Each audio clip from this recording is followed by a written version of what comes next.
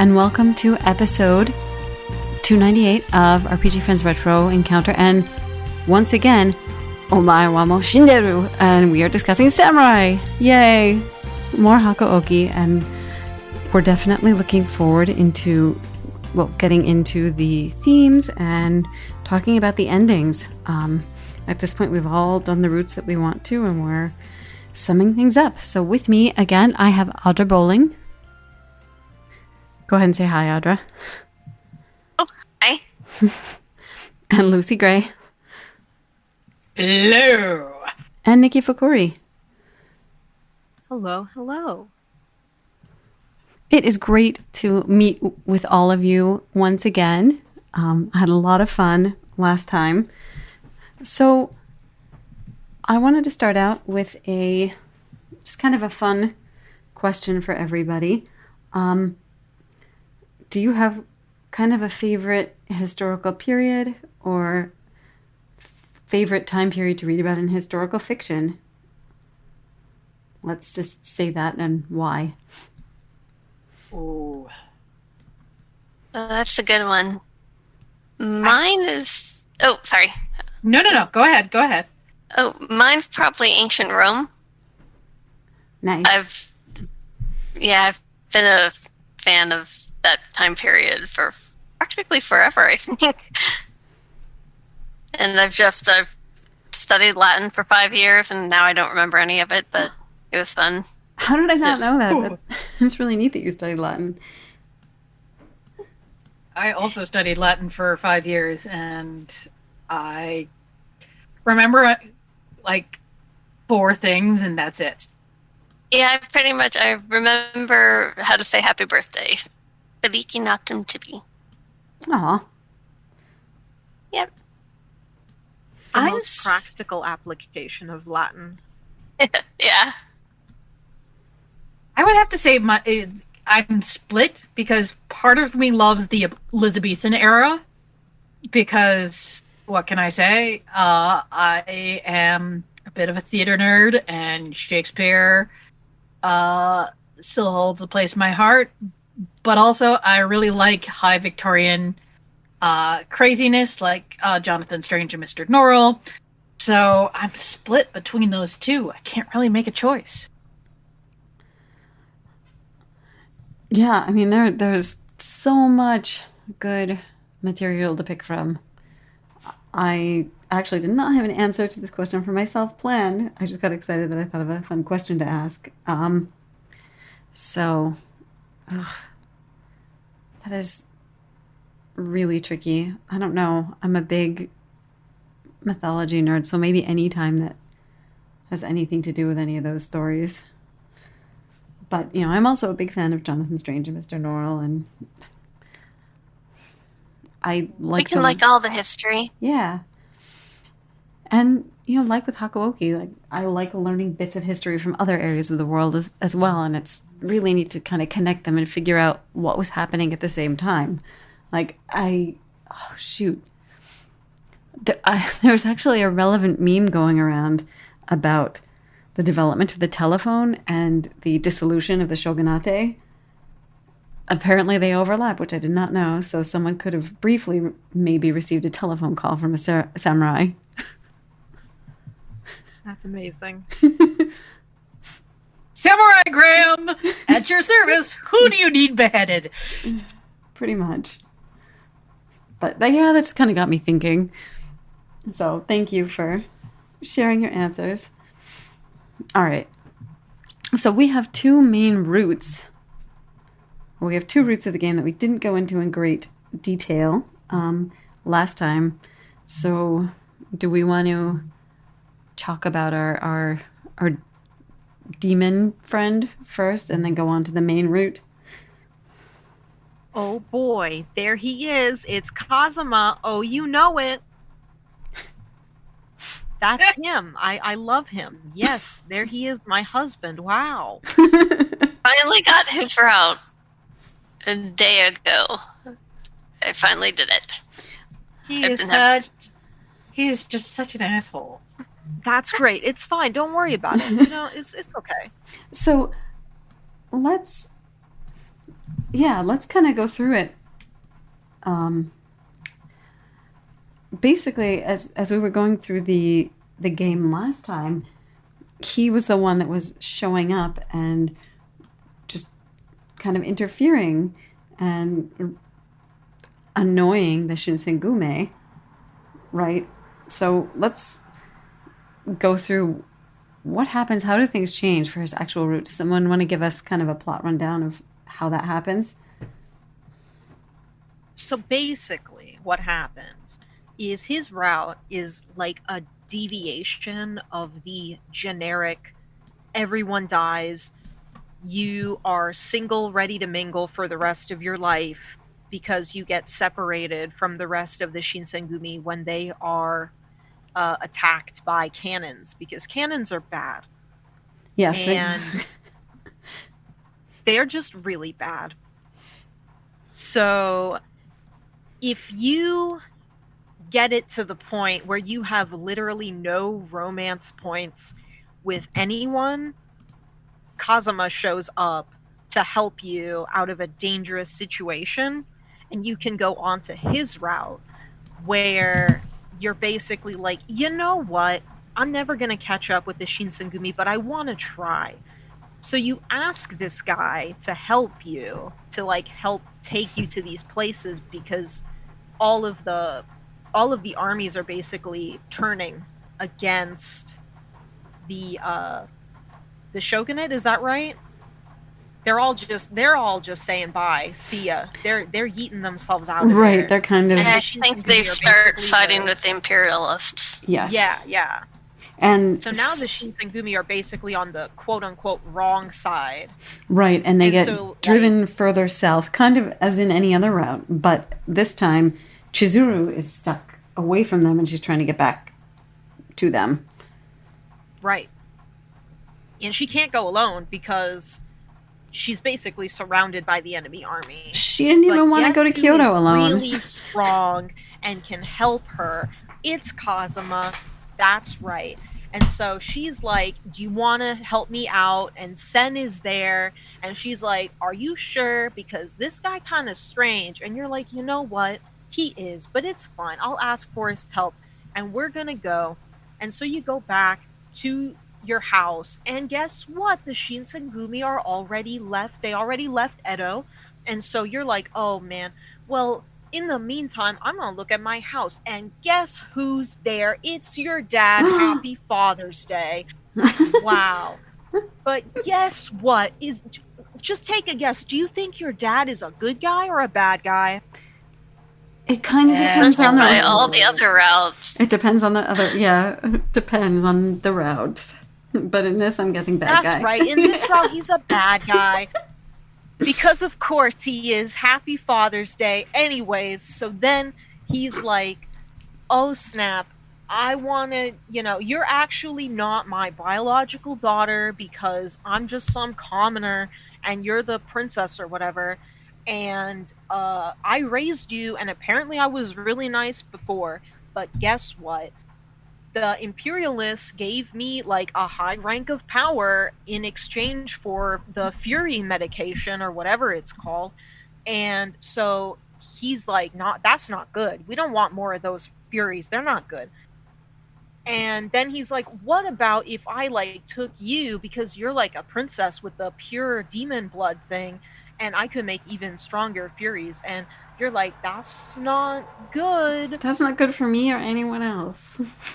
Exactly. And Kazuma's like, excuse me, I don't like this stuff, because the whole game he's been like, Furies are bad, humans are bad, everything's bad, right, except for pure-blooded demons, and now I'm mad. Right. Furies are like poor reflections of demon power. That's what he's been saying all along. He's sort of like the game's Richard Spencer. Oh, jeez. Oh. So then they like move to a different. Oh yeah, the dad makes a run for it. Like it's this great moment. Let me tell you about. Okay, the dad like pushes you so he can make a break for it, and Chizuru is thinking like, oh no, I'm gonna hit the floor because no one would ever help me as my poor body falls after being pushed so brutally by my father. But no, Kazuma gets you. That's why your dad could run away. And it's like, oh my god, is Kazuma really like developing some consideration towards my well-being? No way. Oh man, character development in my game with that is narratively focused? No way. Oh my gosh. So then you follow, and then you go to like some other place that I really wasn't paying too much attention to. I was paying attention to Kazuma. But anyways, we go there, and then the dad is there. Oh yeah, they got the information from like all the demons, right? I think we're still following them south. They got it from their spies. So they're like, oh, here's where he's hiding. And yeah, he has like the whole Fury army ready to like fight them. But JK Amagiri killed them all. So now the dad's all alone. And it's just him versus Kazuma. And you know Kazuma's going to beat up this guy. I mean, like, he's not, you know, your dad is not an anime pretty boy. He doesn't stand a chance. It's true. You know, so it's over. And then you get the decision, right? You either have to let Kazuma just stab your dad, or say, no, I'm the leader of the Yukimura clan, so it's my responsibility. And if you pick that, you know, Kazuma's like, whoa, I like your resolve, but your dad's kind of a bad guy, and we know if we let him go, he's gonna do this stuff again, so I'm gonna stab your dad. And so he stabs the dad. And then he doesn't let you stab your dad. Right, exactly. You don't stab the dad. It's okay, because Kazuma's a gentleman deep down. And then you go to the last place where the Shinsengumi lost. It was the last place. It's like, bye. They lost the whole war. Hijikata died in a battle. Everyone else and we'll get to that more. Surrendered. And it's the end. That war's over. Everybody's gone. You see the Shinsengumi banner broken, tattered on the ground. You start crying, and then Kazuma's like, you know what, I like you, you're cool, and you have good resolve. And he gives you a smooch. You're married, yes. And then he says, you know, like, if you don't come to me, I'm gonna find you. And you're like, oh snap, this is the end of the video game, but the beginning of my relationship with Kazuma, the best character. The end. Beautiful summary. Beautiful summary. So now we know Niki's very specific experience on that round. He's my favorite.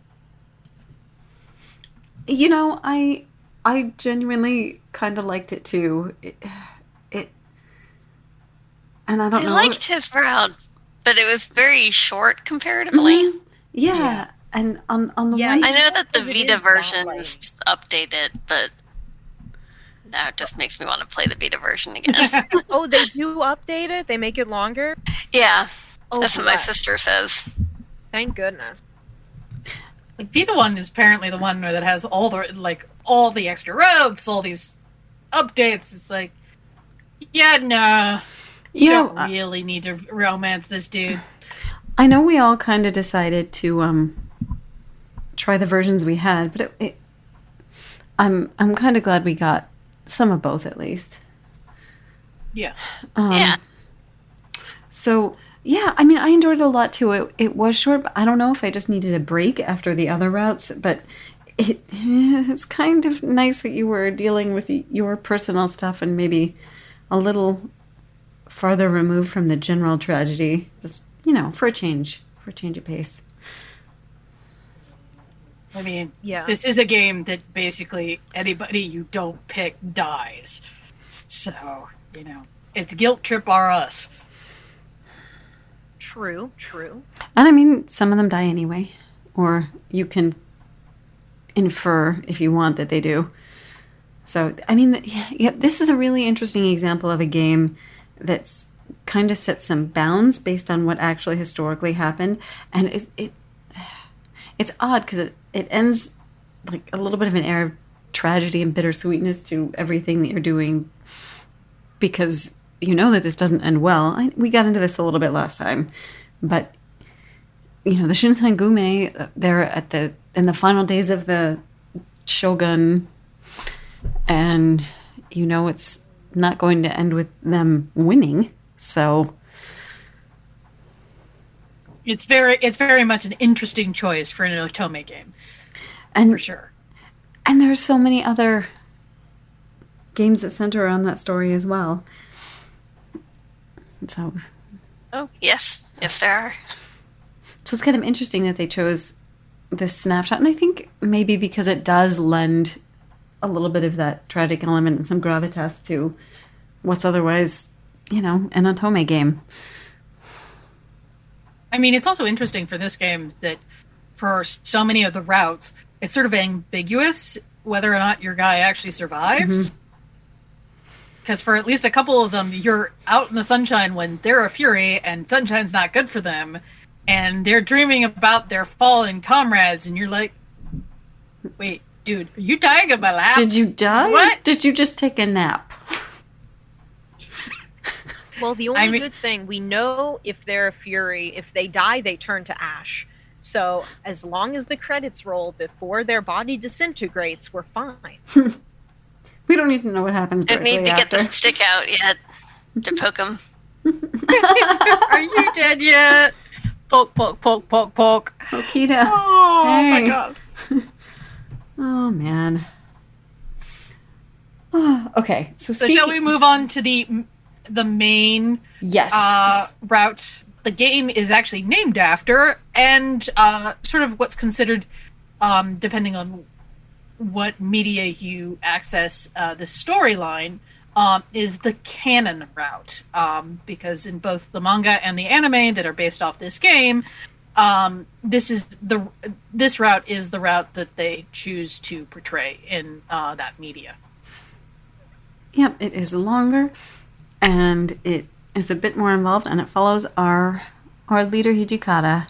The game kind of pushes you in his direction when they say something about, his hair and his eyes in the moonlight or something. Like, he's the first one you see, or there's like this early scene where Chizuru gets a glimpse of him, and she's just kind of.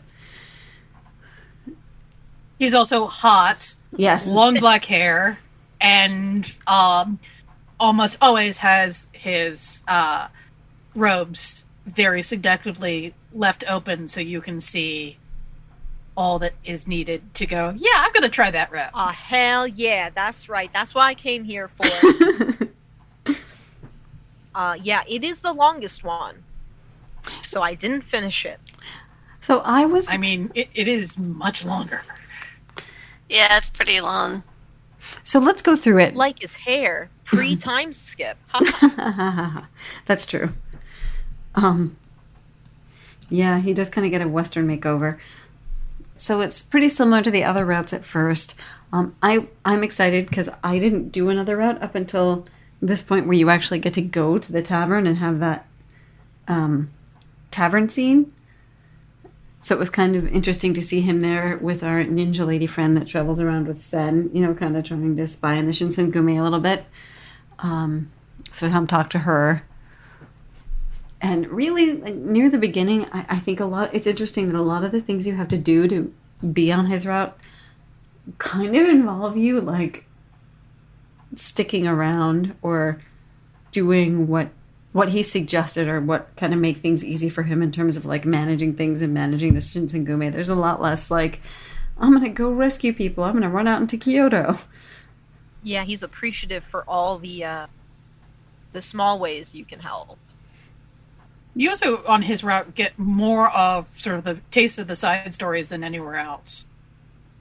You get the sense that this was the route you were supposed to take because it's the longest. You get more of the story, and you get. I almost want to say you get more backstory than at least some of the characters. Yeah, there was a really interesting, cute little scene with him at the tavern where he kind of talks about his farmer background, which is his personal backstory, not backstory about the Shinsengumi, but, I appreciated it. Yeah. I mean, the first route that I did, Heisuke, you didn't really get... You get briefly told that he used to be part of another group that he goes briefly back to before, 30 seconds later, the leader gets killed and he's, oh yeah, I'm back. whatever. Right. Hisuke kind of has but- slightly more imperial leanings, and like I didn't do his route, so I didn't know he used to be part of a different group. But then he comes back. Yeah, it's like, let's have a little side jaunt. But with Hijikata's, you get more of, I feel like, the whole character. Mhm. So again, this is the longest route. This is the route that most of the media focuses on. You get more time of him in sexy Western clothing, and they chop that beautiful hair. How dare they? I think you yeah. get like a moment in Saito's route where he kind of talks about how he learned Ihaido, and he uses quote the wrong hand unquote, but he trained anyway, so he's just as good as most people who use their other hand. But that's like one little glimpse of background. So I think this is kind of a larger scale. Yeah, Hijikata's is broader, in a sense. So why don't we go through just a little bit sequentially? Let's kind of talk through where he goes. So everything kind of happens similarly to other routes for the first part. Let's talk about where things start to diverge a little bit. When did you all first start noticing that?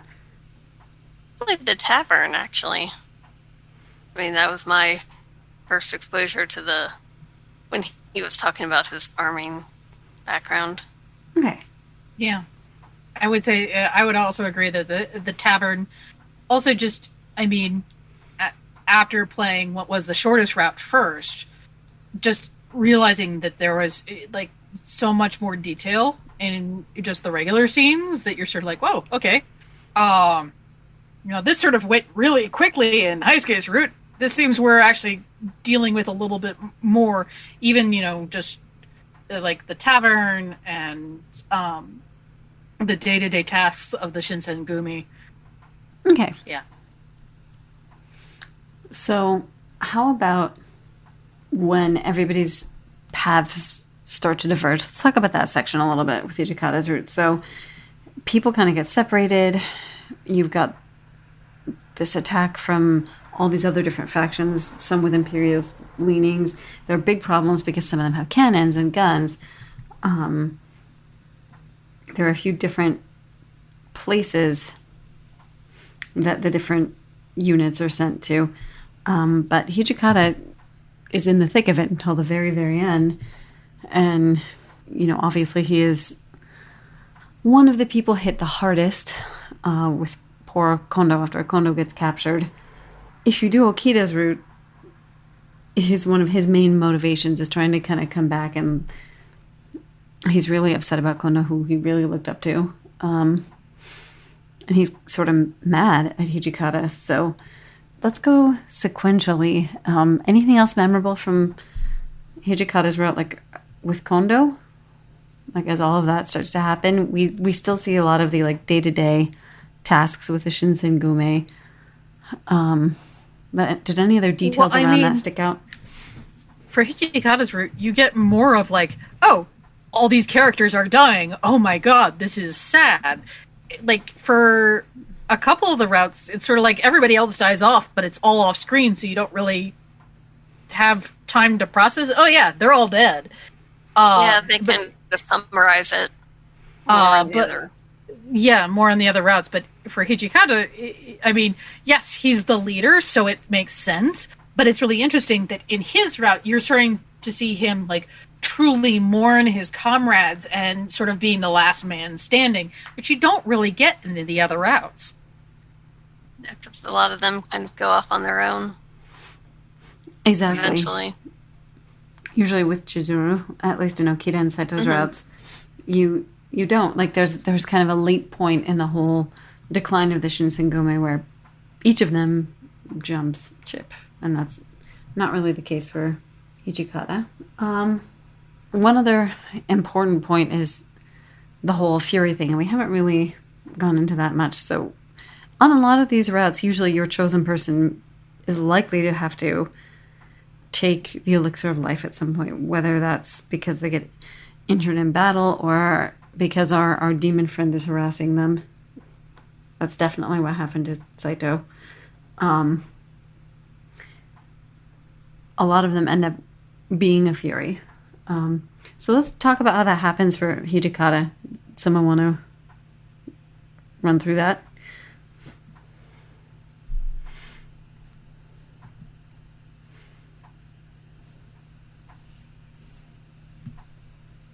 Actually, don't remember. His was one of the first routes I ever did. Oh, okay. So sorry. No, that's okay. All I remember is that fight. The name drop fight. That's all I remember. I'm so sorry. The name drop fight. That's okay. I mean, this is the interesting thing, is his route is so much longer, but if it's not the first route you do, it sort of becomes a bit of a slog because it's so much more, and you've been like, oh yeah, okay, I can breeze through this, and then suddenly it's like, whoo, boy, okay, this is a lot. Take a break. Yeah.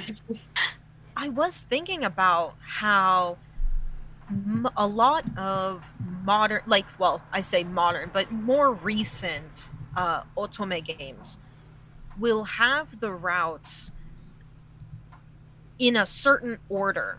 So you can maybe do like 2 certain characters first, and then you have to finish those before you can start doing someone else's route. Mm-hmm. And I'm thinking if Hakuoki had been made more recently rather than in the early 2010s, would Hijikata's route be the one they make you do first or the one that you have to do last? Oh, that's a good question. This is something I actually looked at when I was researching the game of sort of figuring out what to do. And most people actually suggest doing Hijikata's route last, just because it gives you so much that the other ones feel brief. Now, having played it that way, I'm not actually sure that's the best idea, because it becomes a bit of a slog. Because you're just like, okay, yeah, I know what's happening here. Okay, yes, we get more detail, but yeah, I know the basics of this. Why are we doing it like this? Yeah, I can totally imagine it being like the first route, because like you've all said, because he is the Shinsengumi, right? Like he is the Shinsengumi as like a figurehead, as an idea, and because of that, he does get to see everyone else, and see he is affected by them more than in other routes. Like we were saying in Heisuke's route, he doesn't really understand what's happening with Okita and his tuberculosis, for example. Yep. But like, he kind of, if you start with Hijikata's route, it does offer a lot of kind of entryways into the other characters because you see them all. And then, I want to learn more about, Okita. I want to learn more about, whoever. Yeah, and it also makes sense that all those little summaries that the other characters have, it makes more sense because you've already seen it play out in grand form in Hijikata's route. Yeah. So, if I had another chance, I would probably do his first. Please don't hate me. I do not ping me on Twitter and going, how dare you? It was just a matter of personal preference. Also, just, it's an interesting balance of that. Not all the routes are the same length. I'm used to a couple other otome games where the routes are more or less the same length. There's a little bit of variation, but there's generally, there's an equal amount of. While this one really seems to be pushing you towards Hijikata, I mean, yes, It's his name on the box, but it feels a little unbalanced coming at it now 10 years later. In a lot of ways, this really does feel like kind of a main story and then perspectives on the story that are shorter. Right. Shorter and hone in on different characters slightly, but it's the same events. So I think there's some merit to, seeing that main story before the other perspectives. And I'm not saying this because I'm biased towards Kazuma, but He is technically like the quote-unquote secret character, which are usually the fun ones to save for the last. And his is technically the most historically accurate because you know everybody's dead. You are separated, from the Shinsengumi. You find out what happens to them by following in their footsteps rather than because you are there with them. That's a very And interesting it is short. take. It's a nice way to just be like, okay, see ya, bye. It was Yeah, fun his being almost steady. is like an epilogue, in a way. Yeah, it's only 3 chapters plus the final, okay, here's when you have the smooch, congratulations, you did it. But if you're playing the 3DS version, you're going to want to do all of them for those sweet unlockables, which we'll probably talk about a little later. So we're all suffering together. Yeah, we can talk about that now since we've kind of gone through the route. So just to finish off what happens with Hijikata. So he's there till the very end, the final stand. You will have seen the other members of the Shinsengumi kind of leave, do their own thing. Hijikata still fights. I think Izo is one of the final locations. And he stands and, spoiler alert, he dies. Wow. So yeah, before we move on to the unlockables, anybody have anything where they want to say, reactions about that final scene, him getting his name? Just be prepared to cry. I just thought it was an amazing moment in the story. Just really kind of cemented everything that had happened before. You also really get the sense of, everybody's dead. Yeah. Even being a Fury can't save you from the inevitable end, existential dread. Woohoo, yeah! Being a Fury does nothing against the toll of history. You get a little bit of that in Okita's route, too, though. There's a moment of, being a Fury doesn't cure tuberculosis.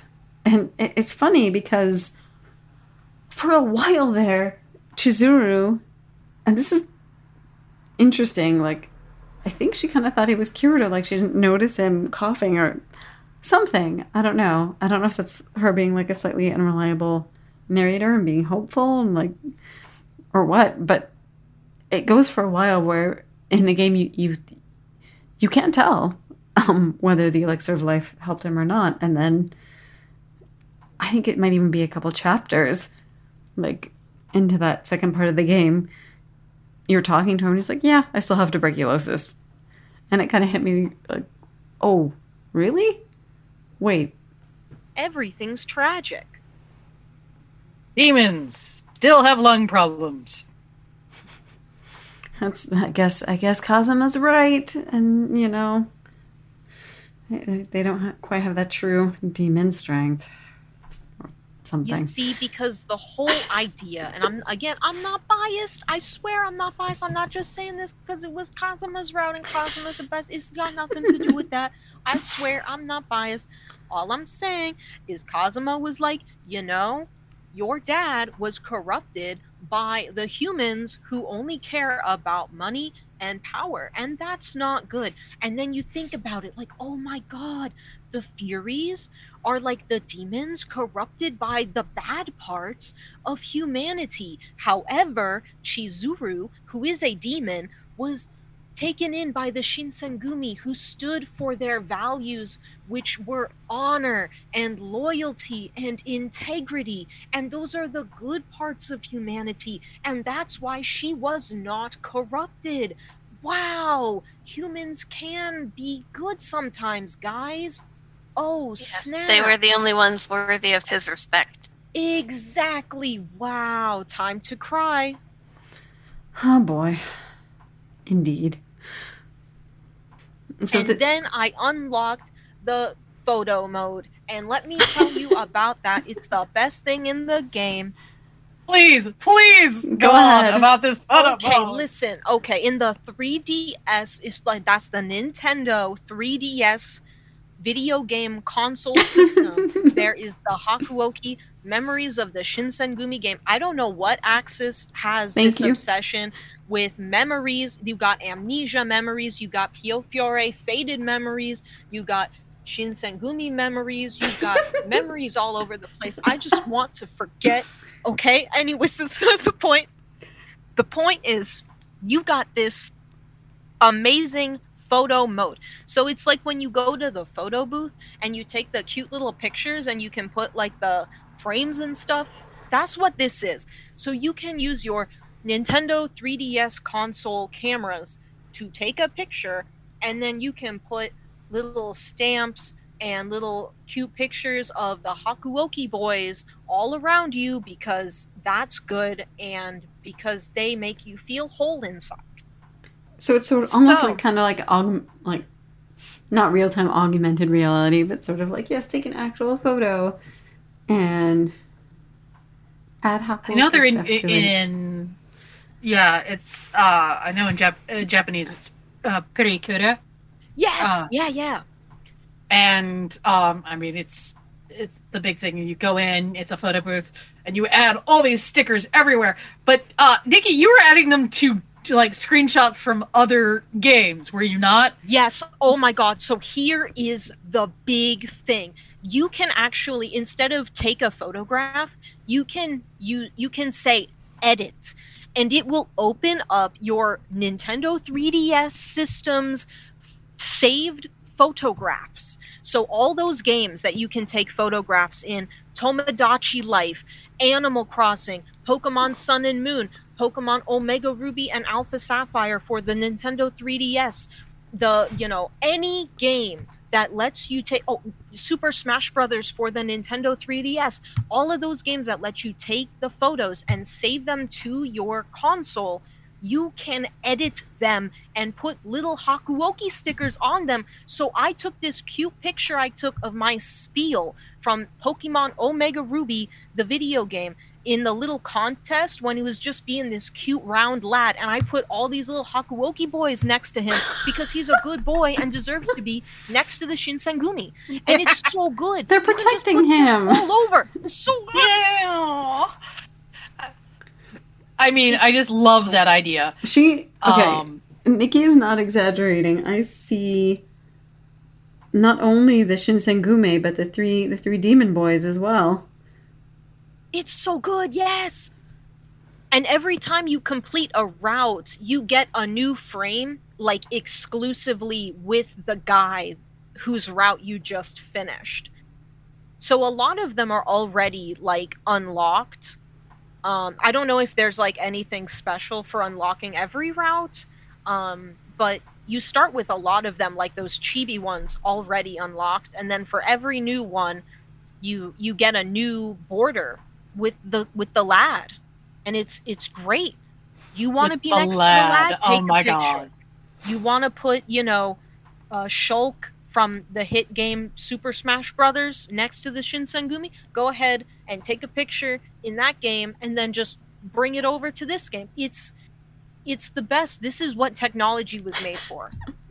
It's your own way of writing your own alternate universe version of other games. I'm glad you said that. Add samurais into anything. Hey, samurais into Pokemon.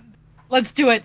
Samurais into waiting for Sakurai to add Hijikata to Smash Brothers, and now I can pretend that he is in Smash Brothers. He's a trophy because let's face it, these are Tomy boys. They're there to be your arm candy. That's true. Okay, now I just want an assist trophy with like all of them just slashing everywhere. Oh, you know what it would be? It would be that ending screen where it's just their backs and they're walking into the light, and the effect would be everyone starts crying. And that's your moment to strike. Yeah, there you go. It like puts a penalty on them so they can't move, they can't do anything. You can just smash them. Fear mode activated. Yeah, it's funny that you're mentioning all this, and all I can think is like, yes, let's take them out of their tragic fate, and let them spend a nice happy day with Pokemon. Yes, let's go. Yamazaki and Greninja. Come on, like this stuff writes itself. Oh my goodness. So, you know, I think the little extras like that can get overlooked. So I really appreciate you bringing that to our attention. And I mean, that's a thing that, and it's now so standard in Otome games that I was having fun with it, but the fact that they did it with this game, they made it this, very serious, all about dying, all about death, and you're getting cute little, pretty good frames. Oh my god! And I mean, okay, I just want to add and explain that the stickers that got added with Seal, they are, I don't want to say chibi exactly, but I mean, it kind of is. They're almost chibi versions. They're yeah. chibi. They're chibi versions. They're adorable. They are, totally. The chibis that they use for the promotional material, those are what those are. So, right. Yeah. Cute little, adorable. I was trying to show the proper respect. And it's also the little music notes. I added those too. Mm-hmm. So there are like so many options. There's like over 10 pages worth of stuff that you can put onto your pictures. So I think that's a good segue into an overall kind of impression about the game. How do we all feel about this juxtaposition of, serious tragic history with some of these more like Otome features like the cherry blossoms or like the photo booth? Did we... I mean, at times it felt like a serious, like, record scratch. Say, what? Because, you're in this moment of serious death and horror and slight magical elements, and there's a guy smiling at you with cherry blossoms falling on his face, and it's like, really? At this point? Now? And I mean, it's a really interesting way of doing Otome games, of like bringing in history and bringing in tragic figures to have this tragic Otome game. But at the same time, sometimes it just felt like whiplash. It's there could be a dissonance. And it's interesting. Although, as a slight defense, because we still have to admit that it's there, but I do appreciate they have very extensive options. You can turn off the cherry blossoms to indicate that you got an increase in romance. Yes. And you can even change how opaque the text box is. I spent a good 10 minutes getting that exactly how I wanted it. Accessibility. So I do appreciate the options they give you to kind of take that away. Yeah, that, and I mean, you don't necessarily have to take the photos. That's also another way to think about it. If you want a more kind of cohesive, dark experience, that and the encyclopedia type stuff. I noticed that. If you're more interested in the history than anything else, you can turn off some of those features and spend some time browsing and reading about the actual historical figures and locations. The actual events. I honestly wish I had spent more time doing that, because they're very specific about places, and there's a good amount of coherence between the routes about who goes where, when, etc. I think they were really detailed with the encyclopedia. Mm-hmm. So, and it's funny because I think, for me personally, and I think this is true for audiences in general to some degree, if done right or to a certain degree, that juxtaposition, that kind of jarring thing can be sort of fun. Yeah. Sometimes, but we it all can't depends. have it be all sad all the time, because then it would be overwhelming. I think it helps put a little bit more insight into the characters too, to see the different facets of them. Right. That's an interesting point. There is something to be said for, you know, finding those light or important moments when things are really heavy as well. And you definitely could look at some of those features from that sort of perspective as well.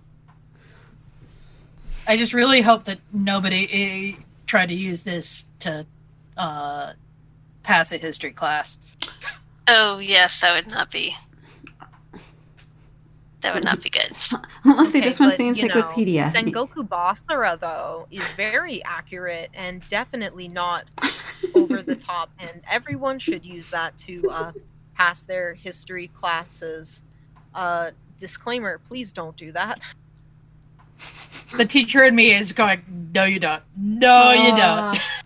That is interesting how, like, obviously completely different genre and completely different time period, but, like, sometimes Japanese developers are really okay with over-exaggerating their historical fiction for the sake of entertainment value.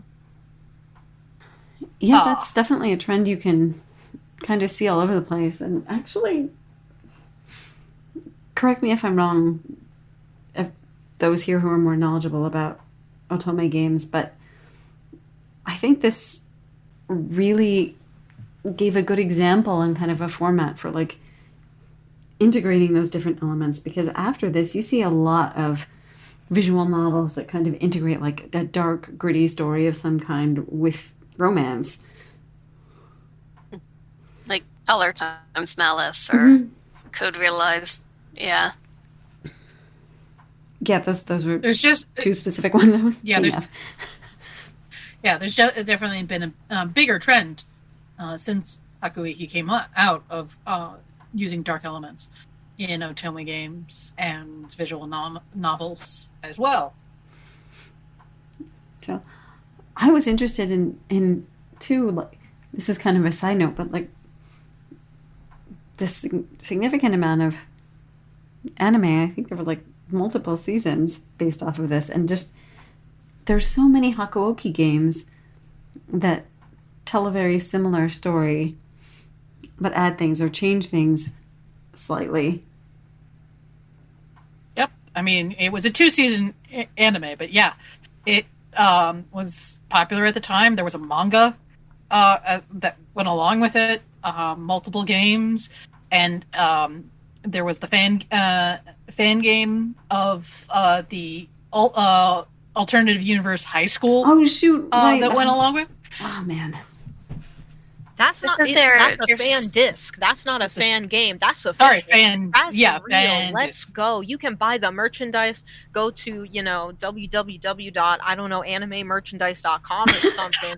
You want your favorite boy in the cute high school uniform or something? Go ahead, give us your credit card, and it'll all be fine. We'll send them all to you. Have fun. Here you go.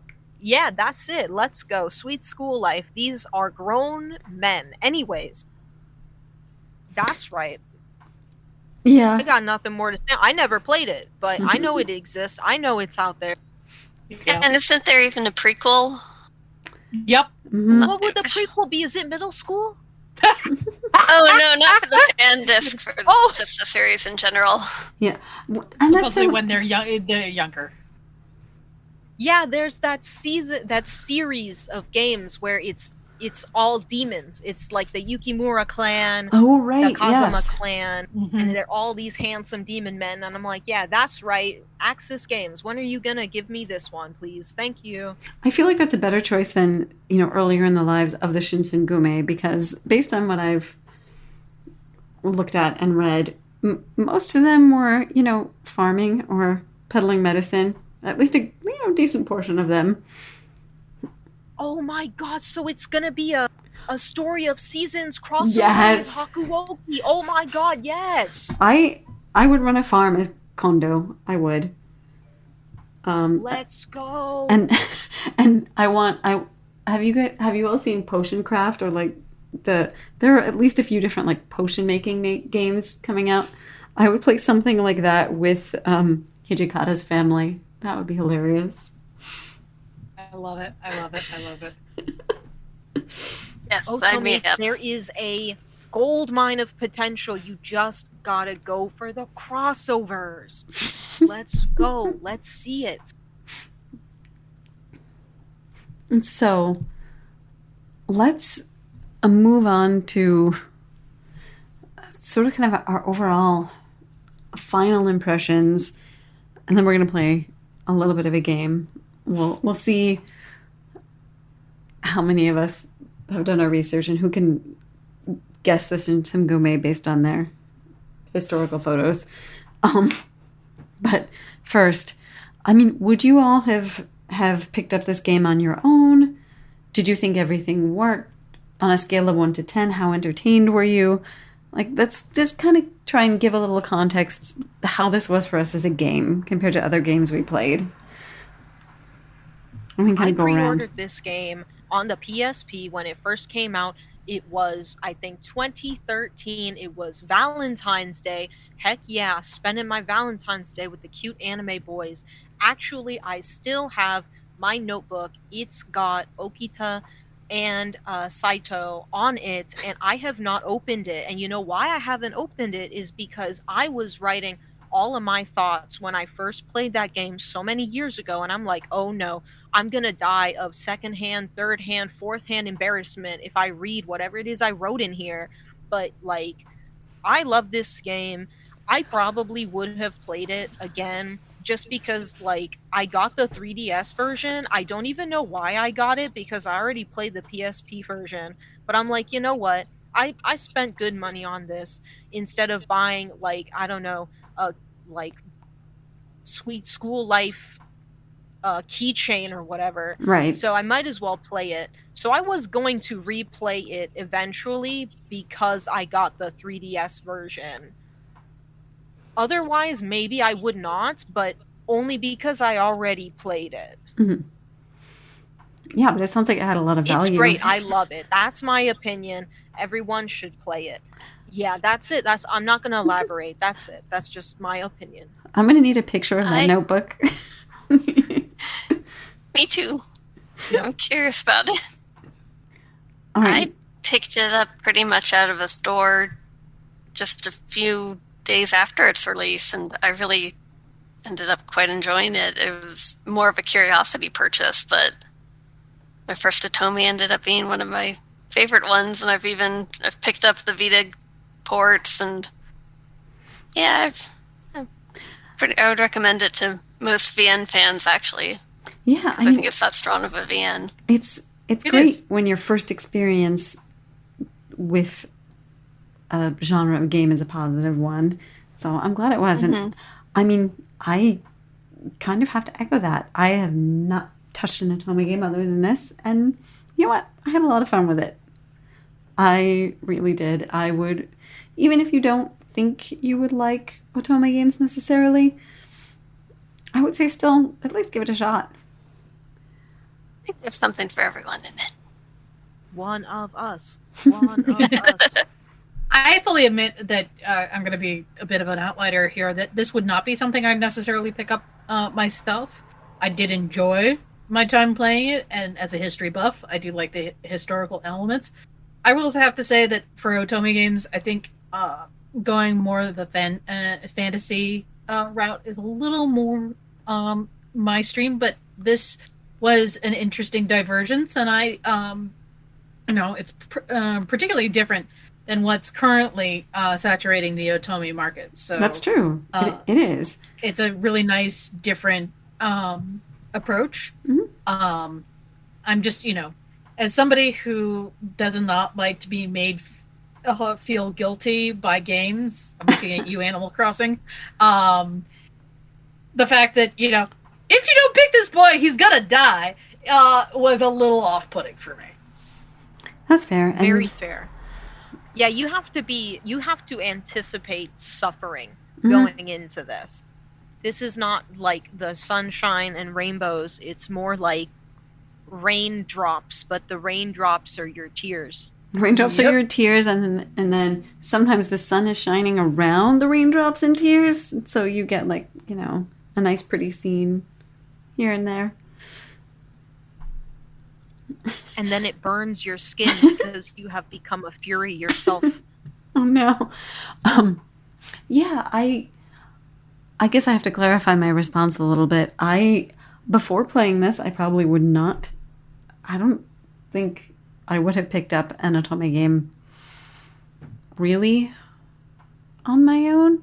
Although, I am a fan of adventure games, and I've played some visual novel-ish stuff like 999 before.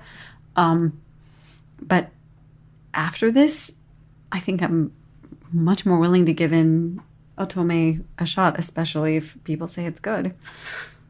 It can open the gateway. Yeah. Yes, let's go. That's what the Furies were about all along, was that you get one Otome game, then you want them all. Yes. Gotta catch them all. Otome. So the blood.